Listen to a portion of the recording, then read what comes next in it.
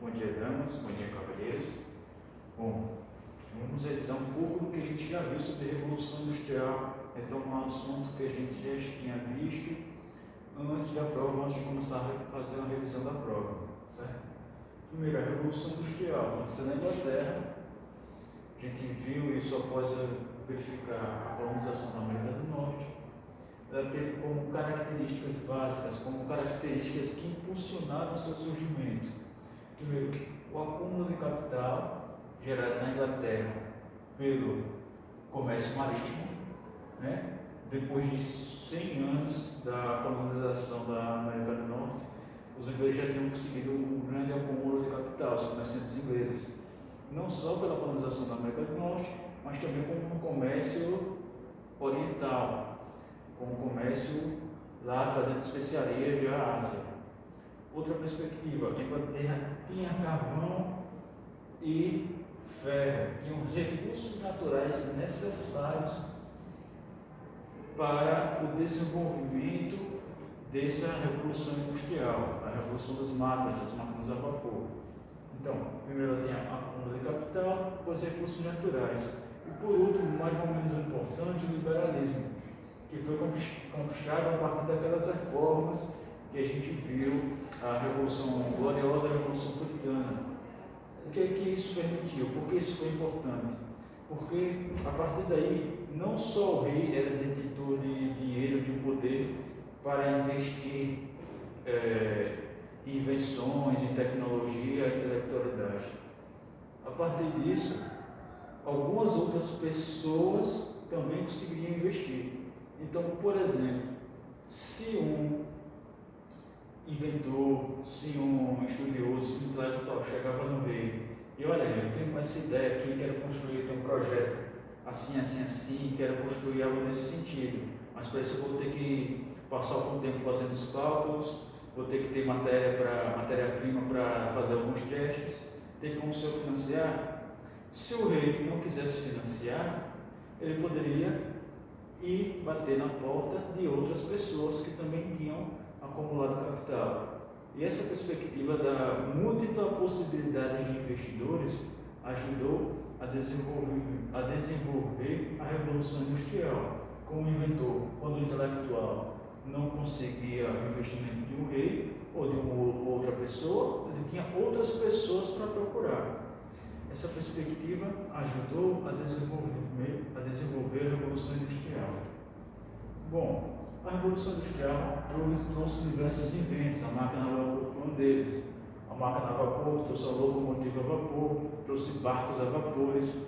Isso ajudou tanto os transportes em terra, a comunicação em terra, a troca de pessoas, transporte de pessoas e de produtos em terra, quanto também, posteriormente, pela água, navios a vapor também. Outra perspectiva, além dessas coisas boas que houveram com a Revolução Industrial, houve uma grande mudança na organização da sociedade. Se antes, como a gente via no antigo regime, as sociedades eram basicamente agrárias, né? As pessoas viviam no interior, nas suas fazendas, em sítios, na sua produção agrária. A Revolução Industrial ela vai trazer uma perspectiva da indústria, que é muito mais produtiva que as antigas fazendas, que as antigas manufaturas. Nesse sentido, não havia nem como concorrer entre uma e outra. Então, os trabalhadores eles passaram a morar perto das indústrias, ou seja, perto das cidades. Houve um crescimento, uma urbanização, uma migração do campo para a cidade. Só que isso também modificou as relações trabalhistas. A indústria ela tem uma perspectiva um pouco diferente. Se antigamente na manufatura o trabalhador era responsável por todo o processo da produção, ou seja, ele selecionava a matéria-prima, ele a recolhia, ele a tratava, ele desenvolvia o produto e por fim muitas vezes até comercializava aquele produto. A indústria não, a indústria vai sequenciar essa produção, ou seja, um funcionário é responsável por recolher a matéria-prima, o outro responsável por selecioná-la, o outro começa a trabalhar essa matéria-prima, o outro finaliza essa produção, o outro dar o acabamento e o outro vende, ou seja, existe uma maior divisão do trabalho e cada trabalhador era responsável por uma etapa da produção. Isso aumentou a produção porque cada trabalhador se especializava em fazer apenas aquilo que ele precisava fazer, porém, isso também fazia com que os novos trabalhadores eles não dominassem toda a produção, eles só dominassem aquele aspecto da produção. Isso gera algumas mudanças no trabalhistas importantes. Por exemplo, se não é necessário que o trabalhador entenda todo o processo da produção, basta entender um aspecto específico, então ele é treinado muito mais rápido. Se antigamente ele precisava frequentar uma guilda para ir aprendendo aos poucos todo o processo da produção, agora não. Agora, como só precisa fazer uma única coisa, o treinamento é bem mais rápido. E muitas vezes até crianças eram utilizadas no processos industriais. Por quê? Porque eram coisas bem específicas, então a mesma criança faria. Isso gerava acidentes, sim, gerava todo tipo de situação. Mais para frente a gente vê a busca de trabalhista e a gente vai ver esse aspecto. Bom, além disso, houve também um grande acúmulo de pressão sobre os trabalhadores, porque se eles são facilmente substituídos, se não precisa de muito treinamento para fazer o serviço, eles não têm tanto poder de reivindicação. Então as indústrias elas tinham poder para desenvolver, para impor as regras trabalhistas. Nesse sentido, existiam cargas horárias muito grandes, muito extensas, e as folgas semanais elas também não eram estabelecidas, nem um valor fixo, um valor mínimo para o salário. Bom, então a gente tinha cargas horárias de até 16 horas diárias, o que dava às vezes 80 horas semanais de trabalho. A gente tinha uma carga horária muito extensa, a gente tinha mulheres e crianças trabalhando em quaisquer tipos de serviços também, em qualquer tipo de produção, seja perigosa ou não. Então, tudo isso criava um ambiente insalubre para os trabalhadores. Bom, isso também foi fruto da Revolução Industrial, um fruto inicial, a qual ela, nesse período de transição e de adaptação. Bom, baseando nisso, por causa dessa situação dos trabalhadores ingleses, na Inglaterra, na Revolução Industrial, surgiram os primeiros movimentos trabalhistas. O primeiro movimento trabalhista que surgiu foi o ludismo. O ludismo foi um movimento criado por Ned Ludd. Qual era a perspectiva dele? Olha, as máquinas, elas atrapalharam o nosso serviço. A gente trabalhava tranquilamente, agora a nossa condição piorou quando surgiu essas máquinas. Então o que a gente vai fazer? A gente vai se organizar e acabar com essas máquinas. Vamos destruir as máquinas, vamos queimar as plantações, vamos inundar as minas que tinham os minérios, ou os metais, ou o carvão que é usado como combustível para essas máquinas. E quando o mundo cessar dessas máquinas, tudo vai estar mais tranquilo. Quando a nossa sociedade cessar dessas máquinas, tudo vai mais tranquilo. Então, o alvo do ludismo era o ataque às máquinas em si, a destruição das indústrias, a destruição das plantações. Esse movimento foi muito radical, foi extremamente violento, porém, ele fracassou, ele não teve êxito.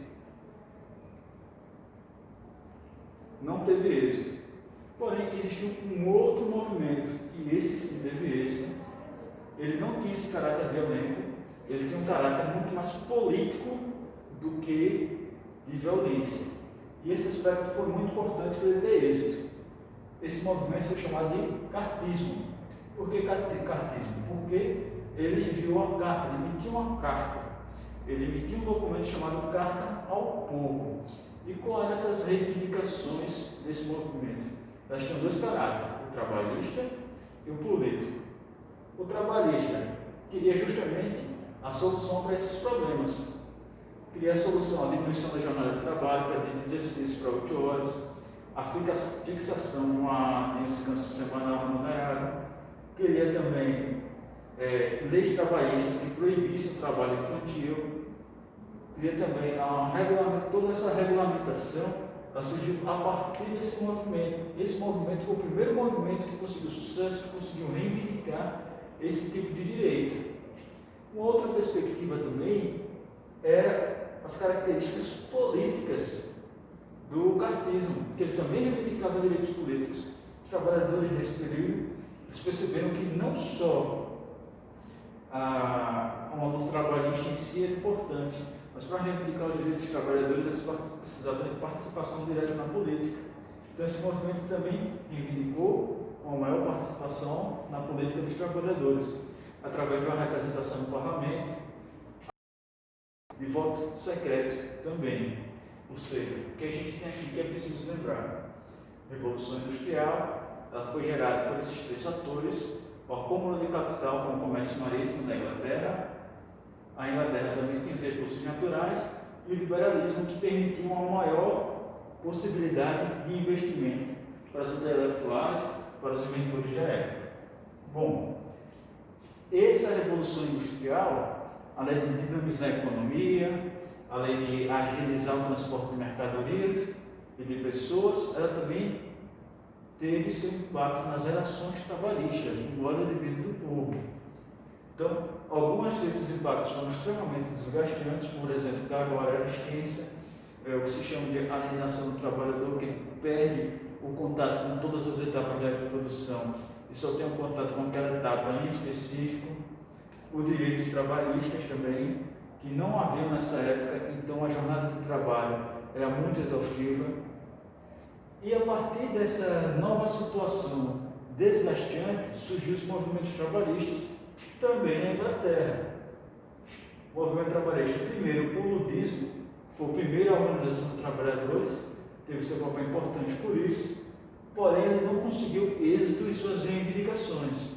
Apesar de serem violentos, apesar de serem radicais, eles visavam uma anulação das máquinas, eu tenho como essa anulação das máquinas na atividade econômica, porque para eles a culpa era das máquinas, para eles eram as máquinas que tinham tomado o lugar do trabalhador.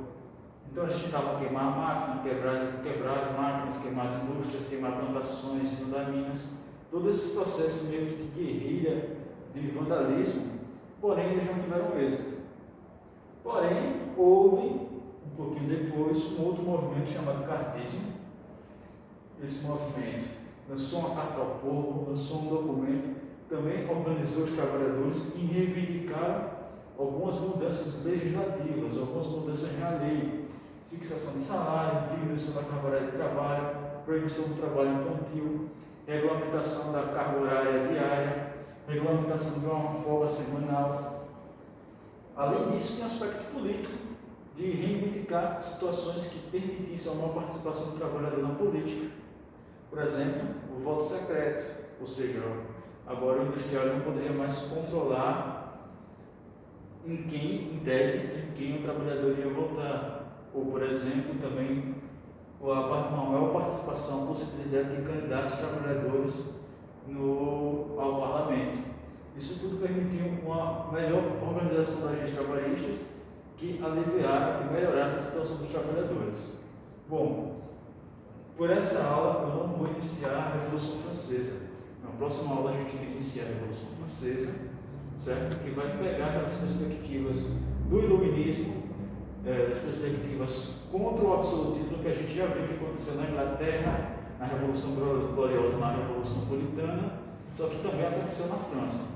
Por enquanto, não vou tocar nisso, vai ser só para a próxima aula. Então, até a próxima aula.